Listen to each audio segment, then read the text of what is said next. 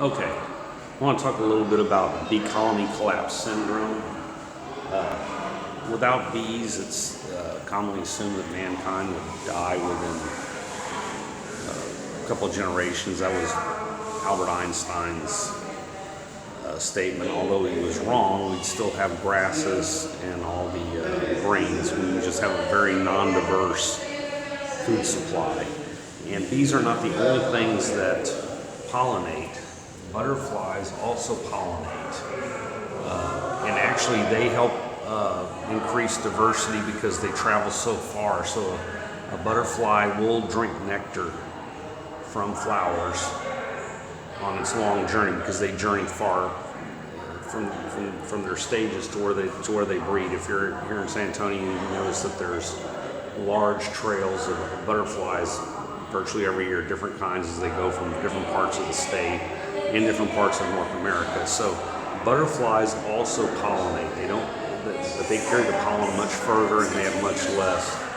Bees have a thing called piles all around them. It's the thing that makes a bee look kind of furry.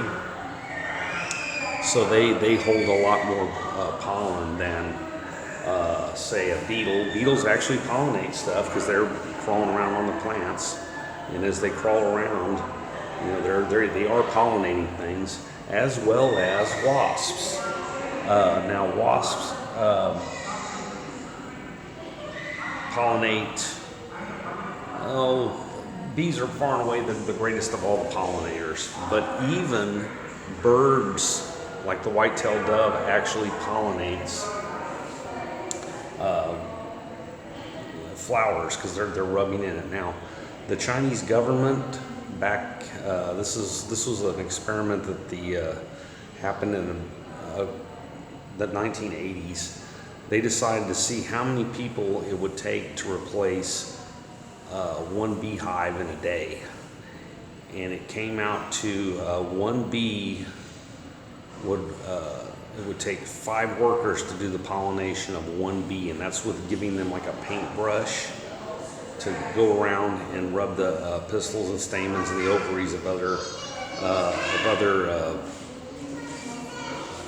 flowers. So now what happens when a bee goes through? It's this. So they're climbing around. There's male and female plants. Some are self-pollinating, but most of them have a male and a female plant. And here's a little thing you can do to help pollinators. You can plant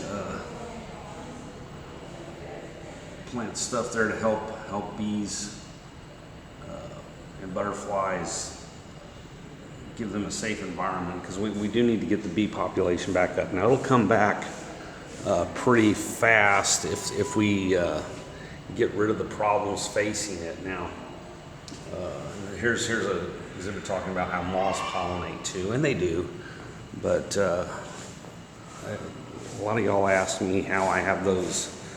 I actually have a bunch of wasp nests around these in my house, and they actually provide decent security for it. People come up to my front door, they get stung by wasps, and the friend goes, "How do you have them trained?" Well, I don't really have them trained. As they were coming out,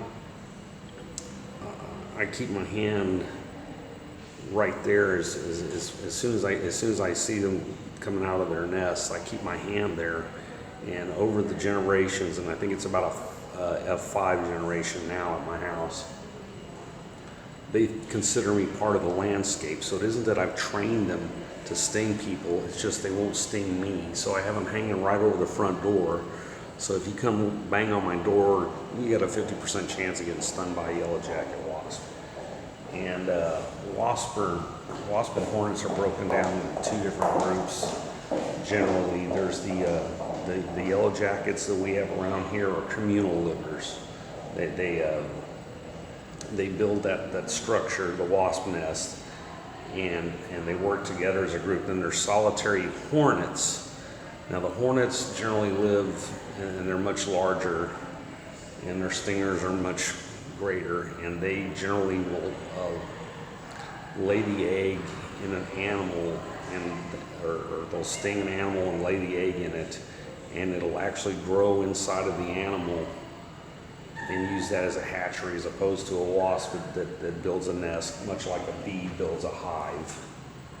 And like I said, without bees, we would still have food to eat, but we'd all be eating a very limited diet.